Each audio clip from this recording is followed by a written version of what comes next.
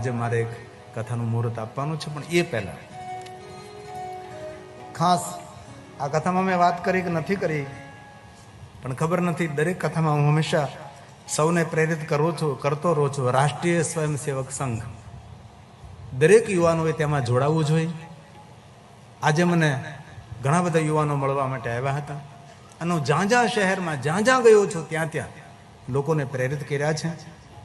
આજે રાષ્ટ્રીય સ્વયંસેવક સંઘના દરેક કાર્યકર આવ્યા છે રોજ, અને મારા યુવાન ભાઈઓ બહેનોને મારી પ્રાર્થના છે, જ્યારે સંઘની શાખા લાગે ત્યારે જવું જોઈએ, સંઘના વિચારો સાથે આપણે જોડાવવું જોઈએ. અને જો સંઘની સાથે આપણે નહીં જોડાય તો તમારું કચ્છ સંપૂર્ણ ખતરામાં પડેલું છે, એટલું યાદ રાખજો તમે. જો કચ્છને સુરક્ષિત રાખવું હોય તો દરેક યુવાન ભાઈઓ બહેનોને મારી પ્રાર્થના છે, સંઘ સાથે જોડાવાનો પ્રયાસ કરજો, સંઘના વિચારોનું અનુસરણ કરજો, તેના જીવનને વિચારજો.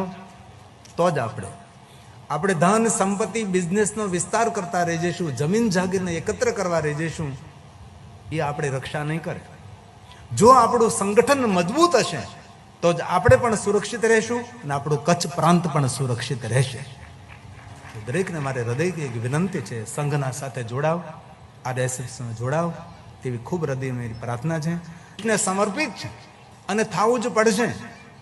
જો નહીં થશું તો આપણા બાળકોનું ભવિષ્ય ઉજ્જવળ નથી, એ વાત પાકી છે. થોડા વર્ષ પહેલા હું બાંડિયામાં કથા કરવા ગયો હતો. એક ગેર હિન્દુ પરિવારને 23 સંતાનો હતા, 23 છોકરાઓ. તમે ક્યાં પહોંચે વળવાના?